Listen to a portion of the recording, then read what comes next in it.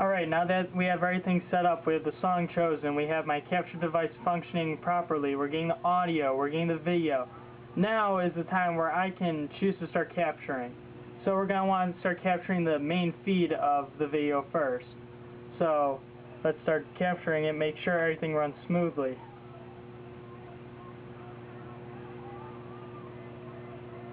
Alright, so now my video has officially started recording.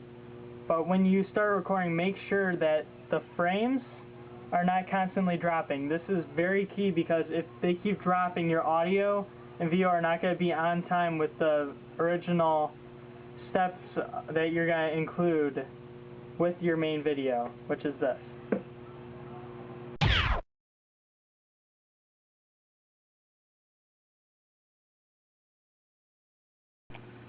Alright, now we're at my drum throne where I sit my camera down because I have an iron drum set and that's what I use for it. I just kind of lean it over and there you go. There's my thing for my camera. And all you have to do is select your options for playing a song. Alright, now that we're done recording the video for my feet, we can go ahead and stop it before it even gets to the results screen.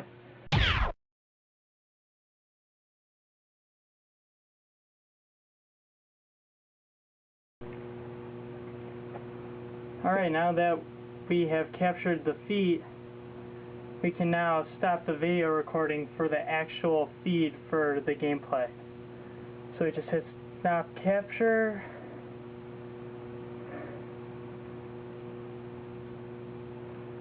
And there we go.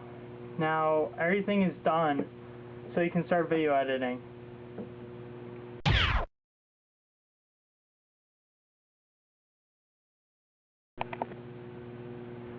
Alright, so now we're at the hardest part probably for most people. It's going to be the video editing. Now all you're going to do is you're going to first want to find your main feed for your actual gameplay. So let's find it. I just played Time I Rave. I named it something else. But it's right here. So we're just going to drag it into this first slot here. And then we are going to go get the foot cam videos, which should be one of these. Might take me a second to find it.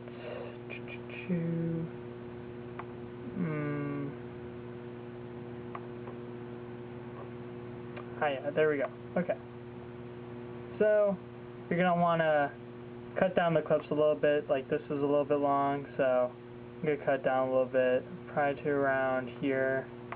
This one's really long. I can see the intro repeating for the song, so I'm just gonna keep cutting it down until I see it's going to start loading into the actual song, which will be probably around here. So I'll back up a bit, let the intro play, and slide this over a little bit more. Okay, so now we need to find a good spot to sync up my videos. Now, I have a TV down at the bottom near my DDR pad that I use to sync my videos. So all I have to do is find a little bookmark, if you will, on my video. Alright. So how about we make it right when the doors open for the stage. Alright, so that should be pretty easy. Now we're going to window each one.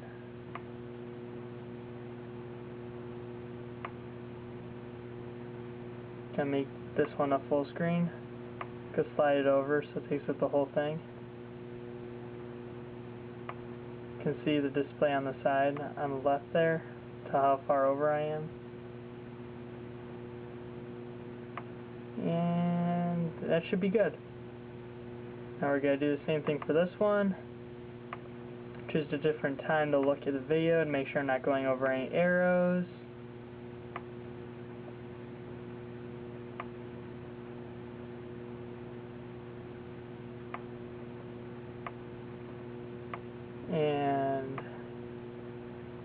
something around here should be alright.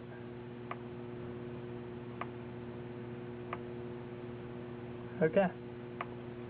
Now all I have to do is slide this video in line with this one so it's on time. So now I cut this to where the doors are opening, so I have to find that on this video as well. So we're just going to slide it to when the doors are opening. There it was, so we're going to backtrack very, very slowly.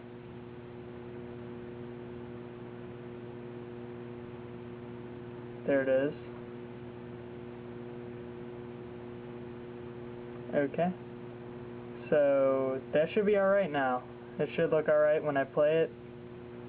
It may not be able to play immediately because as you can see it's re-rendering the video by this little tiny marker that's going across. But we can try. No, it's not working. So if it's not working for you too, you can just slide this over very slowly. Make sure you're hitting the arrows on time with what's going on the screen, which it looks like I am. Perfectly. Okay. So that works for me. So you're going to go to Video Transitions and you're going to choose what you want to do. I always do the slide over at the beginning and a fade out at the end. And now you might even want to cut your results screen depending how long they are. But this one's pretty long, so I'll cut down to probably around here.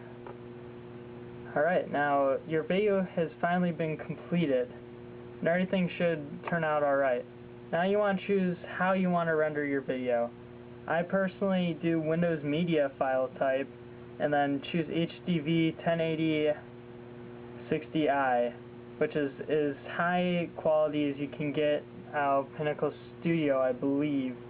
It does take a very, very long time to re-render the entire video in this quality, so if you want to just do it really quickly and still get it in a very reasonable